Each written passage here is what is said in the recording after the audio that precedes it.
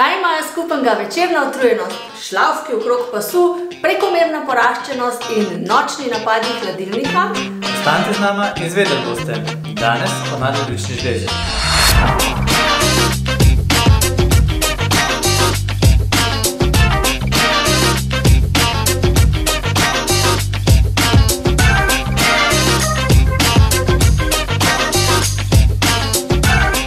Živijo in dobrodošli nazaj na kanalu Diagnostičnega laboratorija Medicare Plus. Kot vsako nedeljo, tudi danes predstavljava zanimive vsebine s področja osebne diagnostike, tako da, če se še niste, se naročite, da ne zamudite naslednjega videa. No, nadledvična žleza je po našem mnenju druga najpomembnejša žleza v telesu, takoj zaščitenca. Izloča več hormonov, med pomembnejšimi pa sta kortizol in pa DHEA. In že po imenu slišimo, da leži nad ledvicami, torej imamo dve takih žlezi. Včasih imamo zaradi te žleze tudi dvojne težave. In poleg hormona kortizola in pa DHEA, nadledvičnici izločajo tudi druge življenjsko pomembne hormone, naprimer adrenalin, noradrenalin, aldosteron, dopamin in pa nekatere spolne hormone.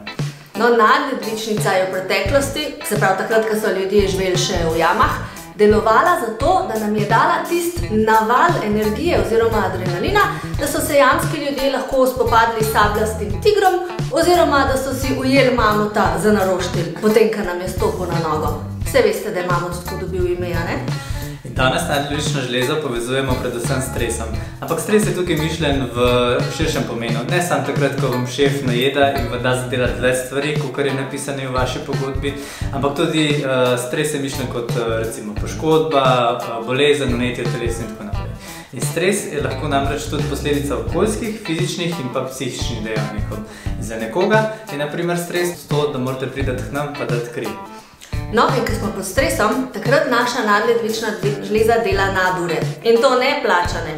To pomeni, da mora izločati precej večje količine hormonov kot sicer.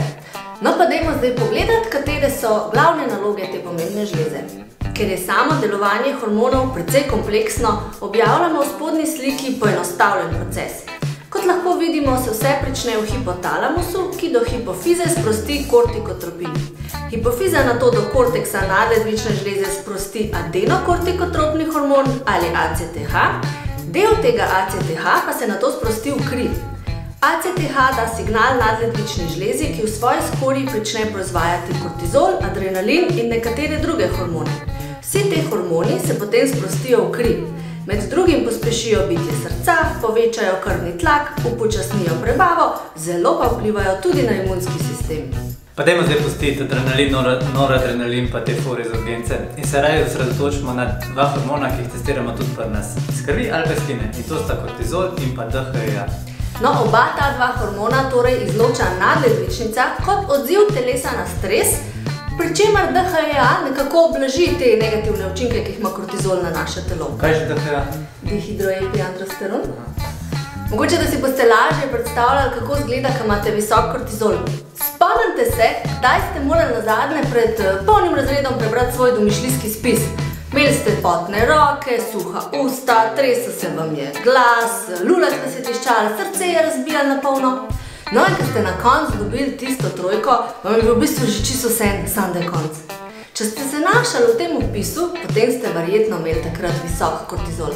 Če pa ne, pa danes najbrž delate v medijih. Kako si pa predstavljate nekoga, ki ima visok DHEA? Poglejte malo doma, svoje najstnike. Mozoli, skozi bi spal, pa kar naprej ima neko nihanje, razpoloženje, pa še glas se mu je spremenil. No, iz medicinskega vidika pa kortizol ima vpliv na krvni tlak, se pravi ga zviša, potem poveča potrebe po sladkorju, ima pa vpliv tudi na delovanje vašega imunskega sistema in sicer ga ublaži. In zato imate kortizol tudi v kremah proti alergijam in pa pršilih proti astmi. No, kortizol pa tudi upočasnjuje metabolizem. Zato, če ste dlje časa pod stresom, je precej bolj verjetno, da boste dobili kakšno dodatno kilo, predvsem okrog pasu. Zakaj? Zato, ker kortizol dvigne nivo sladkorja v krvi, da smo pač pripravljeni na tisto fight or flight situacijo. Ta sladkor pa sicer ni potreben, zato ga telo začne skladiščiti nekaj v obliki glikogena, nekaj pa v obliki maščobnega tkiva. No, in ker se zaloga energije shranjuje v maščobnih celicah, potem ni čudno, da se začnemo debeliti tam, kjer imamo največ maščevja. To je pa ponovadi v predelu okrog pasu in pa na litki. Pa imaš ti prenizek kortizol, kaj? In tako pridemo do težav nadledvične žleze. Ker smo kar naprej pod stresom, nadledvičnica še kar naprej dela nadure. In tudi, če boste vi kar naprej delali nadure, se boste izčrpali. In enako se zgodi tudi vaši žlezi. Na začetku bo to pomenil visok kortizol in visok DHEA. In to vodi predvsem v mastno in aknovo kožo, pretirano poraščenost, no nam ženskam pa lahko tudi poruši cikel. Kortizol pa zna vplivati tudi na neplodnost.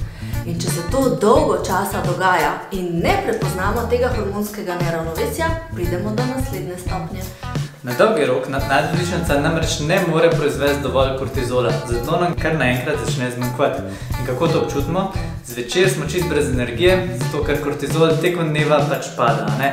Ta nizek kortizol naredi, da zjutraj ne moreš vstati iz postelje.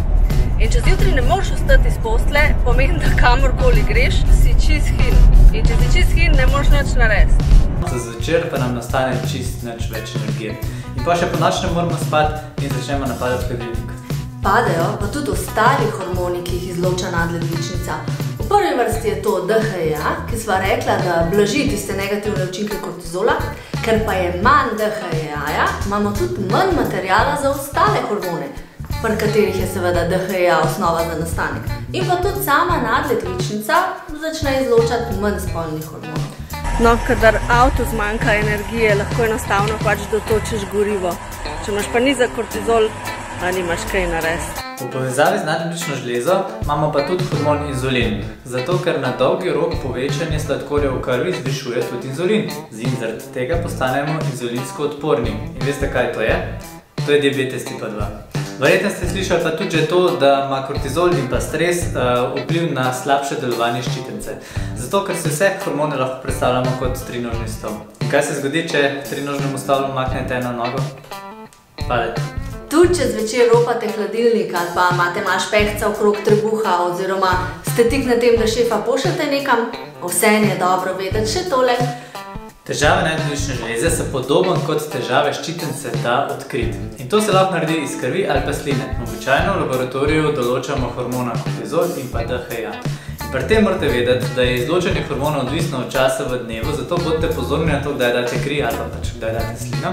In da so najvišje vrednosti normalno zjutraj, potem pa tekom dneva morajo te vrednosti pasti.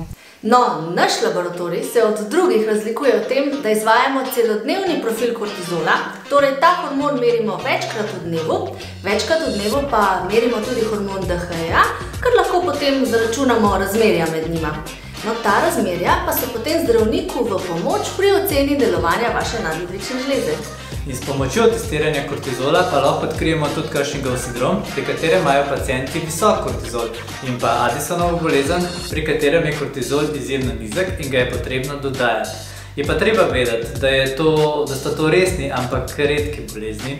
Predvsej bolj pogosto se naprimer v našem laboratoriju srečujemo z izgorelostjo, burnout sindromom, izčrpanostjo, utrujenostjo, depresijo, ampak je več o tem v kakšnem drugem videu.